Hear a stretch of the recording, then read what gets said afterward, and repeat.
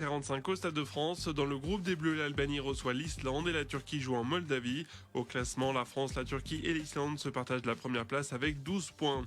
Et puis le cyclisme, journée de repos sur le Tour d'Espagne, c'est le Danois Jakob Fuglsang qui a remporté la 16e étape. Primoz Roglic, lui, portera de nouveau le maillot rouge de leader demain. Voilà pour l'essentiel de l'actu sport. Excellente journée à vous. 7h45, l'invité du jour, en direct sur 92.3 et en vidéo live Facebook, sur la page RGFM. 7h45, on est en direct, on va parler vélo ce matin. La classique Jean-Patrick Dubuisson, nouvelle édition, a été présentée en fin de semaine dernière à Désertine. Elle aura lieu, notez bien déjà sur vos agendas, amateurs de sport et les autres d'ailleurs, parce que c'est toujours un spectacle. Samedi 21 septembre, dimanche 22 septembre sur les 2 jours, et on en parle ce matin avec le responsable technique de l'épreuve, Jean-Philippe Duraca. Bonjour. Oui, bonjour à tous. Merci d'être avec nous en direct ce matin pour parler de cette classique qui s'est vraiment installée dans le calendrier. Maintenant, c'est devenu quasiment un incontournable. Oui, c'est sûr que pour toutes les équipes de haut niveau françaises, les équipes de division nationale amateur, c'est un rendez-vous qui est incontournable. Et en plus, on a choisi une date où il n'y a pas trop de concurrence, donc tout se présente bien au niveau du programme et puis de la venue des grosses équipes. Ouais, bien sûr, on va parler dans un instant de tout ça parce que c'est vrai que c'est un gros peloton qui est attendu. Un petit mot déjà sur l'historique. Il y a toute une histoire évidemment derrière ce nom, derrière cette classique Jean-Patrick Dubuisson. Oui, c'est certain, c'est la 11e édition de la classique Jean-Patrick Dubuisson, pas vraiment, parce qu'au début c'était la classique Désertine Uriel, où Jean-Patrick Dubuisson est encore présent, il faisait partie de l'organisation, c'était un membre très actif, et il est arrivé quelques années après, et il a disparu, et pour pas l'oublier, on a remplacé le nom de l'épreuve, et on a décidé de l'appeler classique Jean-Patrick Dubuisson, pour jamais oublier Jean-Patrick qui était déjà un ami très proche et quelqu'un de très très impliqué dans l'organisation de l'épreuve, et maintenant c'est son épreuve et on continue de la faire tous les ans. Et j'imagine que évidemment ça fédère un petit peu tout le monde derrière ce nom, puisque c'est vraiment beaucoup de gens qui sont impliqués là sur ces 2 jours de course. Oui, c'est certain, parce qu'il y a toutes les personnes qui sont vraiment influentes au niveau du cyclisme du bassin montluçonnais, les personnes qui connaissent vraiment le cyclisme de haut niveau, la culture du cyclisme montluçonnais, parce qu'il y a une réelle culture, et tous ensemble on s'est regroupés, on a créé un comité d'organisation, c'est un groupe d'amis qui ont la même passion, la passion pour le cyclisme, et qui maîtrisent en plus le cyclisme de haut niveau.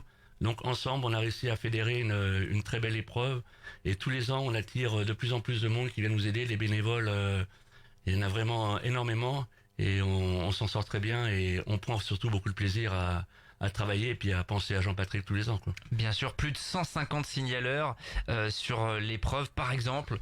Ouais, parce qu'on se rend pas forcément compte, mais en termes de papier, de montage de budget, d'assurer la sécurité aussi, puisque les routes ne sont pas totalement coupées. Là, on n'est pas sur le Tour de France, on coupe pas 5 heures avant.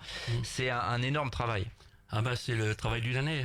La classique Jean-Patrick Dubuisson 2019 ne sera pas terminée, qu'on travaillera déjà sur celle de 2020. C'est des réunions quasiment, tous les 15 jours, une programmation, et puis surtout une fidélisation de tous nos partenaires, comme vous dites, nos partenaires et nos bénévoles surtout. Ouais, parce que les bénévoles, sans eux, nous n'existerions pas. Donc tous les ans, on a une vingtaine de plus, et ceux qui sont en place doivent se sentir bien parce qu'ils reviennent. Donc on arrive en tout entre les signaleurs 150, comme vous avez dit, les personnes de l'organisation, on mobilise à peu près 200 bénévoles sur ce week-end, plus après les prestataires de services qui viennent nous donner un coup de main, encore une 50aine de personnes, c'est-à-dire qu'on a 250 personnes qui seront là pour que l'organisation se fasse parfaitement. Voilà, je pense que c'est important ces chiffres, parce qu'il faut se rendre compte pour les gens, il y en a parfois parce qu'ils sont obligés un petit peu d'attendre à un carrefour et ils mettent quelques coups de klaxon. On sait que c'est pas évident la position de signaleur, des fois ils se font un peu engueuler, mais il faut se rendre compte de tout le travail qui est derrière tous ces gens, il faut les respecter tout simplement. Ah bah faut les respecter, hein. Sans eux nous ne pourrions pas exister. Le sport, mais pas uniquement le cyclisme, on a besoin de bénévolat. Ouais. Et malheureusement, dans tous les bénévoles qu'on trouve, souvent ils ont un certain âge parce qu'ils ont encore cette valeur associative. Ouais. Et on essaie de recruter des jeunes parce que dans quelques années, malheureusement, certains ne pourront plus venir. Et je pense que ça sera beaucoup plus difficile d'organiser dans 10 ou 15 ans que maintenant, même si maintenant déjà on rencontre quelques difficultés, mais à la classique Jean-Patrick Dubuisson, on arrive à passer au-dessus.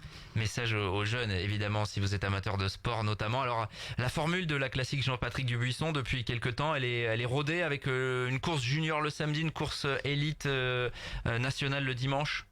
Oui, c'est certain. On a pris ce schéma parce que Jean-Patrick, à l'époque où son fils Jordan courait en junior avec Florian Vachon et d'autres, il se déplaçait souvent sur les épreuves élites nationales et il n'arrêtait pas de nous dire c'est des épreuves formidables, c'est de belles épreuves.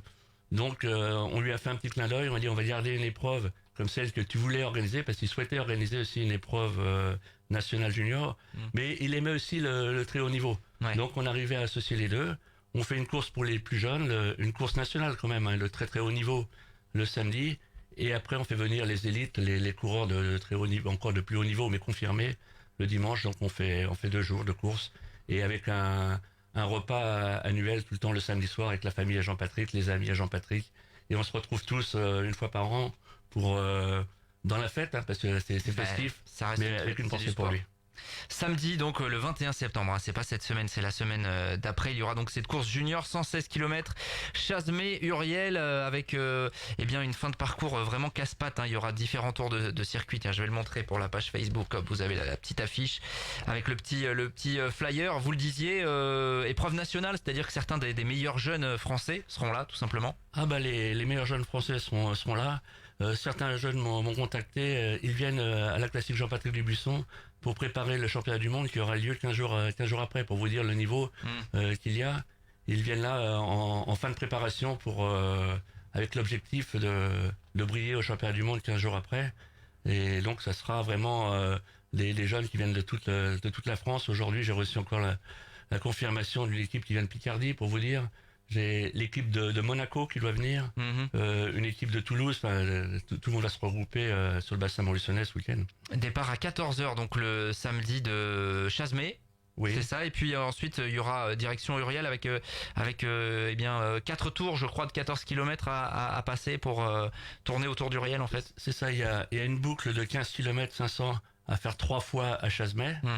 Après, nous ferons une petite liaison en passant par la Chapelaude, on arrivera à Uriel, et quand on arrive à Uriel, il restera 4 tours de circuit d'une quinzaine de kilomètres pour un total de 119 km, avec l'arrivée qui est magnifique, rue des Remparts à Uriel, où les spectateurs pourront voir les coureurs arriver près de 2 km, et ce sera vraiment un très très beau parcours. Voilà, les futures pépites du peloton français. Donc ça, c'est pour samedi 21. Et puis le grand moment, évidemment, la course élite nationale, le dimanche 22 septembre, le lendemain, entre Saint-Victor et Désertine. Alors il y en a qui vont me dire Saint-Victor-Désertine, il y a 3 km, qu'est-ce que vous dites? Mais non, c'est une belle boucle, vous avez corsé un peu tout ça. Oui, c'est certain que Saint-Victor, on est toujours bien reçu, et en plus, on a Monsieur Bonnet de la société Viatémis qui nous offre son parking. Il y a un superbe parking, donc on fera toutes les opérations de départ à la société Viatémis, qui est d'ailleurs à l'entrée du panneau Désertine, donc très proche de l'arrivée. Et les coureurs partiront pour une boucle de 77 km qui passera par Saint-Angèle, Villefranche-d'Allier, Chavenon. On reviendra par la forêt de Dreuil à Cône d'Allier, le Haut-d'Hérisson, le Roux-Haudemont, Vernet, et on rentrera sur le circuit final à Désertine en passant par les Varennes à Saint-Victor, où il restera 4 tours à effectuer, avec 4 fois la fameuse côte du Peu, qui est pour les Montluçonnais l'Alpe d'Huez. C'est une côte mythique, et l'arrivée sera jugée à mi-pente, et je pense qu'il y aura un très beau spectacle. 4 tours de 16 km 900, donc avec cette fameuse côte, il y a des bons petits pourcentages dans cette côte, c'est là où se fait la décision, sans doute, souvent. La décision se fera dans cette côte, c'est certain, mais même si après il y a encore une cuvette, il faut remonter à Vernet par la côte du cimetière, comme on l'appelle, qui n'est pas facile non plus, et je pense que là, les tout meilleurs seront devant, et comme l'an dernier, encore le vainqueur est un coureur de Pro Imo, mais le deuxième est passé professionnel, le troisième est passé professionnel. Donc on a vraiment l'élite du cyclisme amateur qui sera présent. C'est sur ça que je voulais revenir. Donc il y aura une douzaine d'équipes de National 1, notamment un gros peloton, autour de 150 partants attendus. C'est vraiment gros. Et donc vous le disiez, du niveau avec de belles réussites d'anciens vainqueurs ou d'anciens placés qui font carrière aujourd'hui professionnelle. C'est certain. Le coureur qui a fait deuxième l'an dernier, Adrien Guillonnet, battu à la photo finish, et maintenant dans une équipe professionnelle, japonaise, une petite équipe professionnelle. Mais il m'a envoyé un message, il m'a dit je serai présent à Désertine, parce que notre épreuve est ouverte aussi quand même aux équipes professionnelles. Et il reviendra. Et le coureur qui a fait 3e l'an dernier, en 2018, à la classique, Jean-Patrick Dubuisson, est passé professionnel. Actuellement, est dans l'équipe AG2R. Et pareil, 15 jours après notre épreuve, l'an dernier, il faisait 3e du championnat du monde espoir. Pour vous dire le niveau. Donc les juniors viennent, certains seront au championnat du monde 15 jours après. Les espoirs seront aussi, certains viennent pour préparer le championnat du monde. C'est vraiment du très très haut niveau. Ouais, dans les années précédentes, dans les vainqueurs, dans l'histoire, il y en a quelques-uns qui ont performé ensuite au niveau, qui en tout cas sont rentrés dans le peloton professionnel. Je crois que si on revient sur les vainqueurs de la classique, 80% sont passés professionnels. Voilà, c'est vraiment un passage obligatoire. D'accord. C'est quoi qui plaît, la convivialité, puis le parcours qui est pas si facile que ça finalement, il y a pas mal de dénivelé. Oui, il y a 3 paramètres dans notre épreuve. La sécurité déjà, parce que la sécurité est assurée à 100%. Après l'aspect sportif, parce que les parcours sont magnifiques, hein, et les plus forts peuvent s'exprimer. Et puis après la convivialité. Ils savent que chez nous, ils sont bien reçus, et tous reviennent tous les ans par plaisir, parce qu'il y a... Ça devient un rendez-vous incontournable. Samedi 21 septembre, la course junior fédérale entre Chasmé et Uriel. Dimanche 22 septembre, Saint-Victor, Désertine et les communes du secteur. Par exemple, Condalier, où vous passerez cette année, où il y aura pas forcément d'arrêt. Et puis, un petit mot sur le 7 et 8 décembre. Cyclocross de Désertine, championnat d'Auvergne, Rhône-Alpes. Grosse épreuve là. Ah, c'est sûr qu'on va continuer. On va enchaîner directement pour le 7 et 8 décembre. Avec le championnat Auvergne-Rhône-Alpes, il y aura 8 titres de décernés. On attend à peu près entre 400 et 500 participants sur le week-end, et avec beaucoup de grands professionnels qui seront présents, comme Clément Venturini, par exemple, le champion de France de cyclocross actuel, qui est licencié dans le comité, le grand comité maintenant Auvergne-Rhône-Alpes. Donc je pense que ça va être un rendez-vous phénoménal et beaucoup de travail pour la classique Jean-Patrick Dubuisson, mais toujours dans la bonne humeur. Vous viendrez nous en parler évidemment 7 et 8 décembre. On espère qu'il va pleuvoir, hein, parce que le cyclocross sans pluie, c'est pas vraiment du cyclocross. Merci en tout cas Jean-Philippe Duraca d'être passé à notre micro ce matin. Très bonne fin de préparation pour cette classique Jean-Patrick Dubuisson, et on en reparlera évidemment la semaine prochaine. Il est 7h56 sur RJFM. 7h45, l'invité du jour. En direct sur 92.3 et en Facebook Live vidéo sur la page RJFM.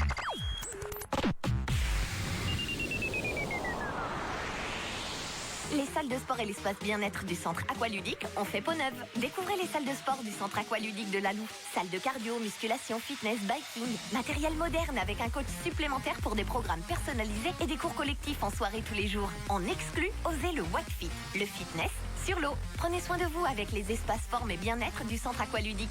Accès rapide par la RCEA, sortie 37, parking gratuit. Testez nos structures lors de nos portes ouvertes à